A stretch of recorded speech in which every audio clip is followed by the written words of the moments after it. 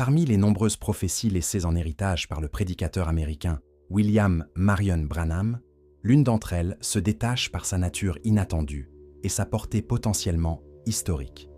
En effet, dans les années M.A.S. 1950, ce prophète reconnu pour son ministère surnaturel et ses visions saisissantes affirma avec une conviction inébranlable qu'un jour, un pape américain serait élu à la tête de l'Église catholique romaine. Une déclaration qui, à l'époque, sembla à beaucoup trop audacieuse, voire absurde. Pourtant, cette parole prophétique, gravée dans la mémoire de ses disciples, ressurgit aujourd'hui avec une force inédite à la lumière des événements récents survenus à Rome. William Branham, figure centrale du mouvement de la parole parlée, ne se contentait pas de prêcher des sermons moralisateurs. Il affirmait être mandaté par Dieu pour annoncer des événements futurs. Ces prophéties, souvent complexes, étaient reçues dans la prière, parfois accompagnées de visions. Certaines se réalisèrent rapidement, renforçant la foi de ses partisans. Mais d'autres, comme celle du pape américain, restèrent en suspens, devenant des objets d'attente silencieuse. Un contexte prophétique dérangeant.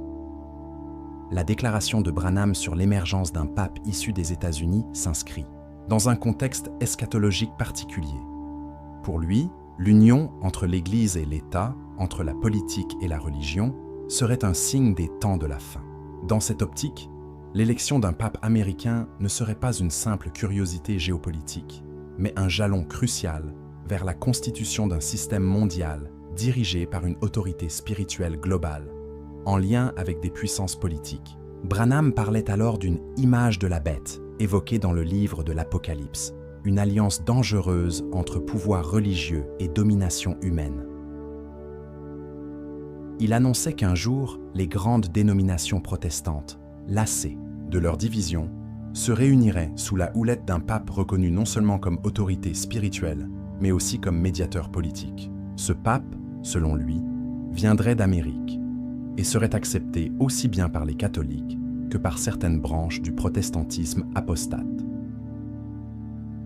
Un accomplissement présumé en mai 2025 et voici que, contre toute attente, ce que beaucoup avaient, relégué au rang de prédiction marginale, trouve un écho saisissant dans l'actualité. Le 8 mai 2025, Robert Francis Prévost, citoyen américain, est élu souverain pontife sous le nom de Léon XIV. L'Église catholique, après 2 millénaires d'histoire dominée par des papes européens, choisit pour la première fois un homme, venu du Nouveau Monde. Le monde religieux est alors frappé de stupeur. L'émotion est palpable, en particulier